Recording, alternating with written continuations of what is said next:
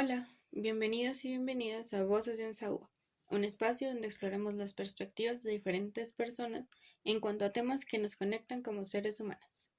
Hoy, ser pensante. Bueno, si gusta primero presentarse. Listo. Bueno, mi nombre es Iván David Norato Vanegas. Soy bogotano, filósofo de profesión y magíster en Derechos Humanos de la Universidad Pedagógica y Tecnológica de Colombia. Actualmente doctorando en Ciencias de la Educación de esta misma gloriosa universidad, docente del área de Ética y Política y por supuesto docente de la Escuela Licenciatura en Filosofía. Bueno, profe, pues primero como para romper un poquito el hielo, no sé si le gustaría contarnos qué lo llevó a estudiar filosofía o pues cómo terminó siendo docente. Claro, pues en mi caso el interés por la filosofía tiene una historia bastante larga. Creo que inicia en mi niñez, cuando era estudiante de la escuela donde trabajaba mi mamá. Y entonces, pues en principio con mi madre empecé a amar la educación, ¿no? Y en segunda medida empecé a amar la literatura porque cuando salía ella de trabajo y yo de estudiar, pues me enclaustraba en la biblioteca y encontré allí todo un universo de felicidad, porque pues podía encontrar todos los libros a mi disposición, pude leer bastantes textos que me apasionaron mucho y creo que desde allí entendí que una de mis pasiones era la lectura, la literatura, todos los temas que nos han apasionado a los seres humanos desde que tenemos uso de la razón, como la historia, como la biología, como por supuesto la literatura, todas las ciencias, la matemática, la física, la química, bueno, todo eso desde niño pues me empezó a gustar justamente porque encontré yo en las bibliotecas. Ya pues conocí posteriormente la biblioteca Luis Ángel Arango, entonces pues allí me encontré con una fuente inagotable de información y allí pues empecé a profundizar en otros autores, en otros textos y ya por supuesto en la filosofía, en autores de filosofía. Recuerdo que de los textos que me llevaron a estudiar filosofía y que me inspiraron mucho, sobre todo por el tema político y social, fue una obra de Shakespeare llamada Hamlet. Con Hamlet, pues evidentemente pude, digamos que, acercarme a esas discusiones de la política y de la sociedad, y ello me apasionó bastante. Entonces, digamos que desde allí también tengo un antecedente que me llevó a estudiar filosofía. Posteriormente, ya de manera profesional y un poco más formal, y a mis 16 años que terminé el colegio, pues en la decisión de la vocación pues hubo muchas opciones, ¿no? Estaba el periodismo, por ejemplo, estuvo el derecho, ¿no? Estuvo también la filología, me gustaba mucho el tema de las lenguas antiguas, ¿no? De las lenguas eh, vernáculas que llamamos, y quería pues profundizar por esas áreas porque también entendía que la cultura de una persona pues se puede medir por las lenguas que habla, ¿no? Entonces en esa medida también pues quise esas áreas, pero finalmente por promedio del ICFES tuve pues parece un buen promedio, un buen resultado, entonces me hicieron una invitación para fundar la Facultad de Filosofía de la Universidad Libre. Entonces, pues me pareció muy interesante la propuesta académica que hizo el entonces decano Miguel Rojana Quintero. Y la invitación pues me pareció muy pertinente porque justo en esos momentos estaba tratando de definir qué profesión quería cultivar. Y pues toda la información que me llegó pues me pareció muy interesante, además porque mezclaba un poco de todo, ¿no? De temas sociales, de temas políticos, de temas culturales, por supuesto de temas muy humanos. Eh, También habían áreas como el griego, el latín, ¿no? De lenguas antiguas que por supuesto me interesaban mucho conocer. Entonces, digamos que la propuesta académica que me llegó y la invitación que me llegó fue, digamos que muy oportuna, porque a partir de eso también pude decidir estudiar la filosofía de manera formal y profesional, y pues desde ese entonces sigo cultivando la filosofía hasta el día de hoy. Es muy bonito escucharlo hablar como con tanto cariño de su profesión. Y con eso le quiero preguntar, ¿usted es feliz con lo que hace actualmente? Bueno, teniendo en cuenta que la felicidad pues no es algo que uno adquiere como un objeto que un día está con uno y al otro día no, pues sí, te puedo decir que eh, siento que la profesión que escogí me ha ayudado mucho a mi crecimiento y a mi florecimiento como persona. De hecho, pues a diferencia de otras profesiones, pues los filósofos no buscamos el dinero o los bienes materiales, bueno, en su mayoría, ¿no? Todo lo contrario, tratamos de entender más bien el valor de otros bienes como los intelectuales, los espirituales, ¿no? Y pues ellos, digamos que son inagotables. Entonces, en esa medida, creo que sí, he sido feliz desde que empecé a estudiar filosofía, porque todos esos temas que de pronto las otras ciencias no abordan, son los que yo estudio y son los que me apasionan. Y como se pueden dar cuenta, temas como exacto, la política, la ética, el bien, el mal, la vida, la muerte, todos esos temas que de pronto otras ciencias no abordan tan directamente, pues nosotros sí lo hacemos y esos temas son infinitos. Entonces puedo decir que soy feliz haciendo esa investigación y soy feliz creo que por mucho tiempo más porque hay mucho de donde estudiar, hay mucho de donde seguir investigando, hay mucho pues por supuesto por explorar y creo que en medio de todo desde niño esa es una de las grandes características de la filosofía, ¿no? Que se hace uno una especie de explorador, pero del pensamiento y del conocimiento humano. Entonces, en esa medida sí, sigo muy contento de mi profesión. Las personas generalmente viven y hacen lo que hacen por pasión. ¿Podría contarnos cuál es su pasión o qué lo motiva a levantarse cada mañana? Sí, bueno, hay muchas pasiones, como también hay muchas razones, ¿no? Más bien para, como tú dices, levantarse todos los días. Pues en principio, por supuesto, creo que las razones principales son mi familia, ¿no? Desde mis padres, ya no tengo a mis abuelos, pero cuando ellos vivían, pues obviamente desde mis abuelos hasta mis hijos, porque tengo dos hijos, son lo que me mueven todos los días. Entonces, eso es fundamental. Pero ya pues hablando de lo profesional, creo que mi pasión principal es enseñar. ¿Sí? Desde, como te decía, desde que era niño, viendo a mi madre enseñando, creo que me apasioné mucho por el tema, especialmente porque pues uno puede compartir con las personas sus conocimientos o sus inquietudes como sus problemas también. Y en la academia, en la escuela, en el colegio, hemos aprendido pues que en la medida en que uno comparte pues sus cosas y sus experiencias, asimismo también puede entender mucho mejor lo que sucede en el mundo, lo que sucede en las sociedades y cómo resolver pues los problemas de uno. Entonces creo que desde ese entonces me apasiona la posibilidad de poder explorar el mundo, como les decía hace un momento, y pues el mundo no son solo cosas, ¿no? También son, eh, digamos, saberes, son valores, ¿no? Son también esos grandes elementos que tenemos los seres humanos, como la vida misma, como nuestra integridad, como nuestra dignidad, como la libertad, ¿no? Que es una búsqueda incansable y pues esos mismos valores son los que me apasionan constantemente y también me motivan día a día a continuar con la educación como vocación.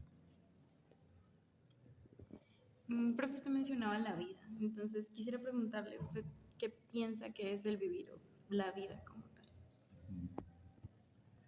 Bueno, hay definiciones desde la biología, pasando por la política, ¿no? Lo jurídico, pero definitivamente pues mi visión de la vida se fundamenta en lo filosófico, ¿no?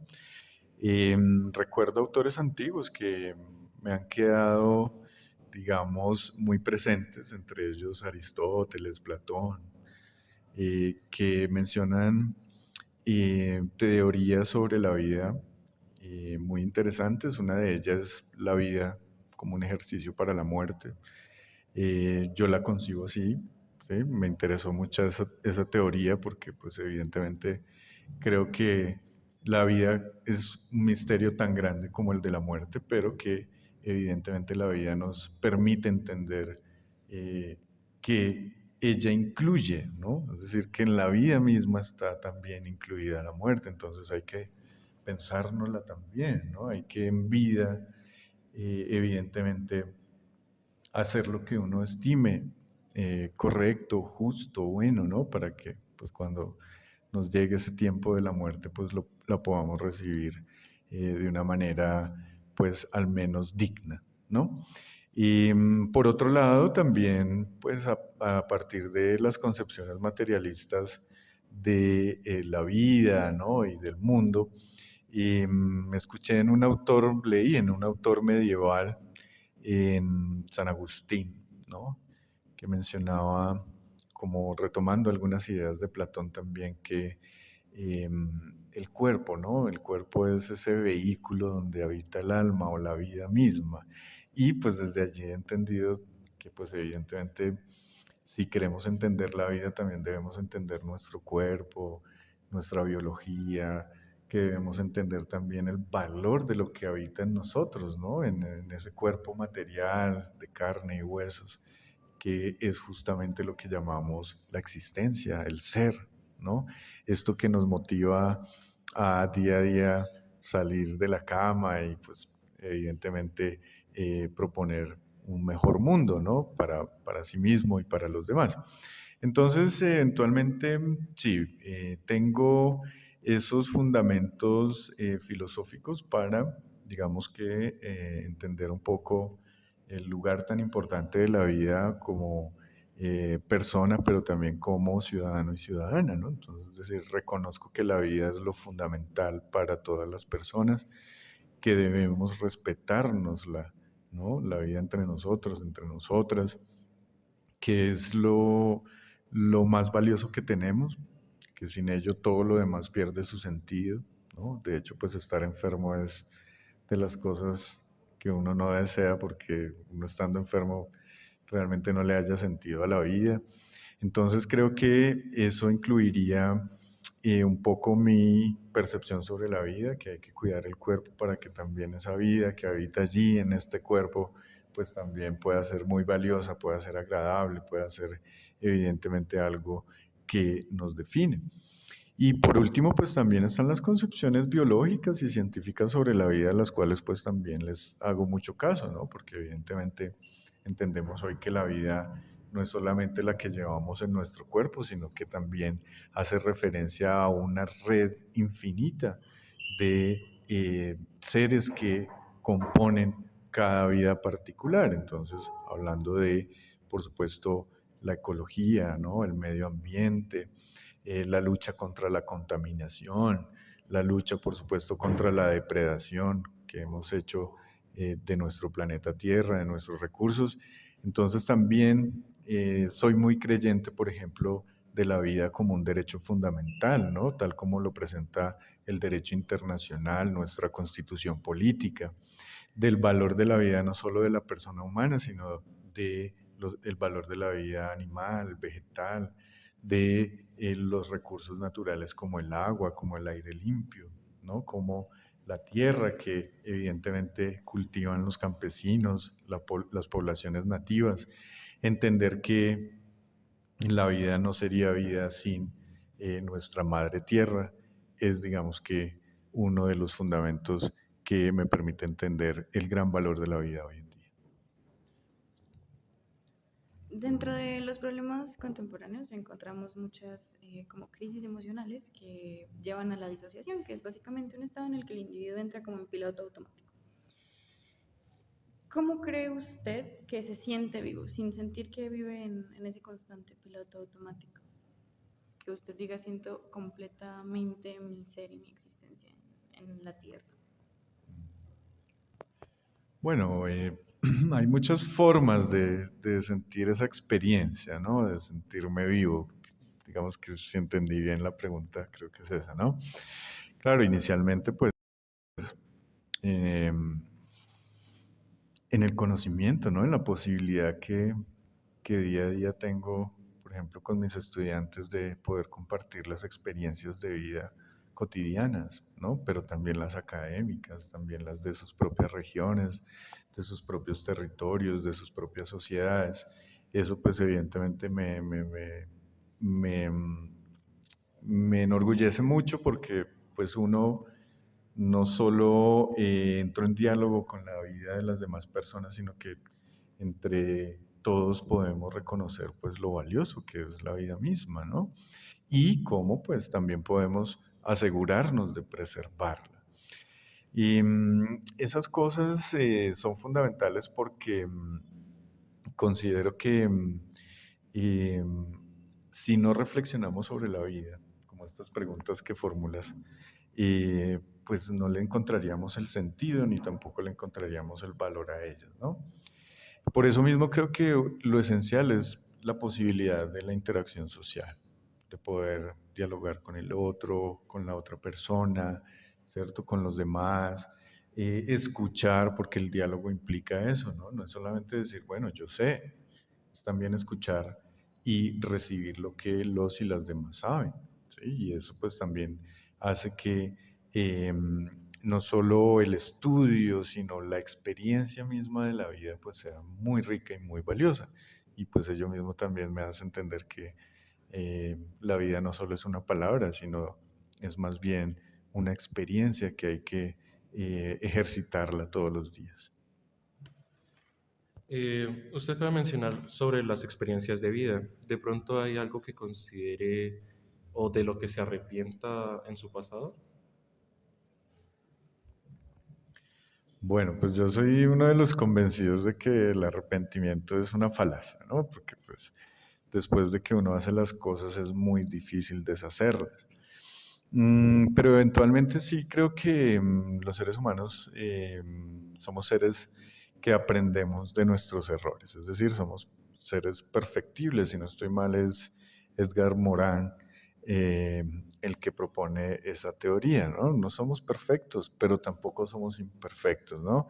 Somos personas que a partir de los errores y de las equivocaciones, pues aprendemos y de esos aprendizajes es que podemos ser mejores personas o perfectibles, ¿no? Nos acercamos un poco más a esa idea de la perfección. Entonces, pero más allá de eso, creo que no, es falaz hablar de arrepentimiento, no me arrepiento hasta el momento de nada. Como todas las personas, creo que he tenido errores, algunos pequeños, algunos grandes, pero no tan graves porque evidentemente no he tenido problemas legales ni cosas de ese tipo.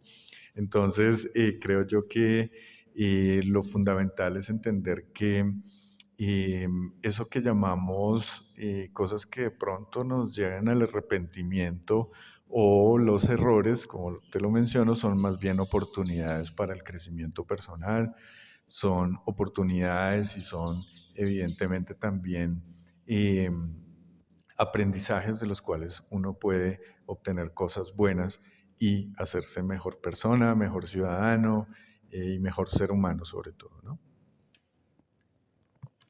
Hablando de la vida, también tocamos el tema de la muerte, ¿no? Me gustaría preguntarle si usted cree que hay algo más después de la muerte o que simplemente la existencia del ser acaba en el momento en el que fallecemos. Sí, es muy interesante tu pregunta además porque ese es uno de los temas de la filosofía, ¿no? Es una de las grandes preguntas que se han formulado los y las filósofos y filósofas desde que existe la filosofía. Y por supuesto, como te mencionaba, entiendo que la muerte, haciendo alusión a Platón, es parte de la vida misma, ¿sí? Yo creo que la muerte es el nombre que le hemos dado a eso que no entendemos qué sucede después de que, pues, evidentemente somos seres animados, ¿no? Pensantes, hablantes, etcétera, etcétera, pero creo que es parte también de la vida misma, ¿no? Y por supuesto, en el estudio de la historia de las civilizaciones humanas he tenido o me he encontrado más bien con muchas definiciones, teorías, ¿cómo decirlo?, fundamentos teológicos muy interesantes. Por ejemplo, el cristianismo, pues, es interesante en la idea de la promesa de una vida más allá de esta, ¿no? Y pues, bueno, pueda que sea válida. Ahora, todo lo que diga alrededor de la muerte, pues es especulación, porque tendría que morirme y revivir, ¿no? Como para poder tener una idea de eso. Pero como idea creo que, y como hecho histórico propio de la investigación filosófica, claro, no podemos negar las explicaciones teológico-religiosas. Y pues evidentemente la idea de eh, eh, la resurrección, por ejemplo, para el caso del cristianismo, puede ser plausible, no sé. Bueno. Y la idea, por ejemplo, del hinduismo, de la reencarnación, ¿no? Del karma y el dharma, pues también me parece muy interesante. Me parece que es toda una filosofía de vida también distinta a la de nosotros acá en Occidente, ¿no? A la del cristianismo, a la de la promesa del paraíso del judaísmo o del islam, ¿no?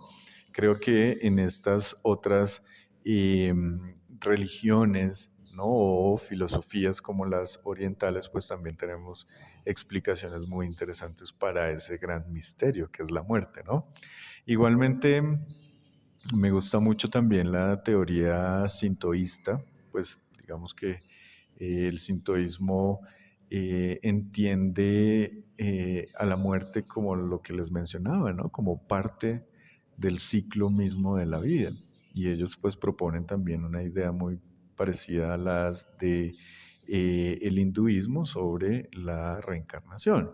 Es decir, que dependiendo cómo actuemos en esta vida, pues podemos de pronto vivir mejor después de la muerte o digamos que resarcir nuestros errores en una forma inferior de vida, ¿no? Dependiendo pues también nuestra conducta y nuestra forma de vida en esta vida, no en otra, ¿no? Porque es que pues eso también es un poco contradictorio con las religiones y la cultura occidental, ¿no? Que parece ser que la promesa no está en esta vida, sino en otra vida, ¿no? O después de ella. Entonces yo creo que sí es interesante entender que la posibilidad de entender la muerte se puede dar en vida, no en la muerte, porque ya pues no sabemos, como te decía, hablar de la muerte es un poco especulativo, ¿no? Como una forma de conclusión, ¿de pronto hay algún consejo o algo que considere que, pues, entre comillas, todos debamos saber basado en su experiencia personal? No, pues muchas cosas les puedo aconsejar, ¿no? Pero en esencia, desde la filosofía, bueno, primero, eh, no se nieguen al conocimiento. Es mi primer recomendación, ¿sí? No se nieguen a explorar el mundo, a explorar sus vidas, a reconocer el valor de sus capacidades, de sus potencialidades. Somos seres que, como lo mencionábamos, la vida misma nos posibilita la experiencia de la existencia. Entonces, esa sería una recomendación inicial. No se nieguen la posibilidad de existir, de conocer, de explorar el mundo. Decía Spinoza, estamos en el mejor de los mundos posibles. Hasta el momento no hemos encontrado vida en otro lugar. Este es el único lugar que tenemos, es nuestra casa y de hecho es muy poco lo que conocemos de ella, o más bien, es muy poco lo que entendemos de nuestra casa. Entonces, tanto de nuestro cuerpo como de nuestro planeta, creo que una de mis principales recomendaciones, consejos, llamados, invitaciones es a que se permitan explorar, ¿no? Porque eso, digamos que también es una de las razones que me ha llevado a la filosofía, ¿no? Que es una forma de explorar el mundo, de explorar el universo, de explorar la humanidad, por supuesto todo lo que nos rodea, pero también para poder comprenderlo. Entonces, esa sería mi segunda recomendación y llamado. Antes de entrar en conflicto, de agredirse, de violencias, dense la oportunidad de entender las situaciones, no solo las propias, las situaciones de las demás personas, para que en esa medida podamos entender las circunstancias, los contextos, los problemas, las dificultades que uno mismo ha vivido y que otras personas han vivido, para que podamos, en la medida de lo posible, en un país marcado por la violencia y, por supuesto, las agresiones, poder transformar esa historia y, ¿por qué no?, ser un ejemplo para otras sociedades en un futuro, ojalá cercano. Gracias por quedarte hasta el final. Recuerda que esto fue un capítulo más de Voces de un Sagua, desde la UPTC.